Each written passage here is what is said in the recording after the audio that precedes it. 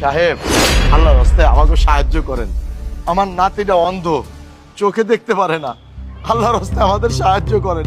সাহেব, আমার চোখ দুইটা নষ্ট, আমার চোখ দুইটা ঠিক করার লেগে কয়টা টাকা দেন।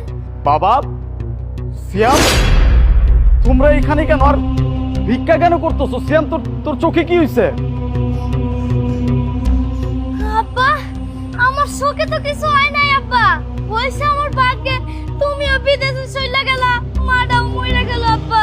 এরপর থেকে আমরা দাদা নাতি রাস্তায় ভিক্ষা করি। এসবের মানে কি? আমি তো কিছুই বুঝতে পারতেছি না। কি হয়েছে?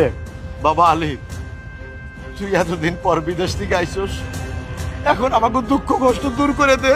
বাবা, হয়েছেটা কি আমাকে খুলে বলো। কি হয়েছে শুনবি? তাহলে শোন।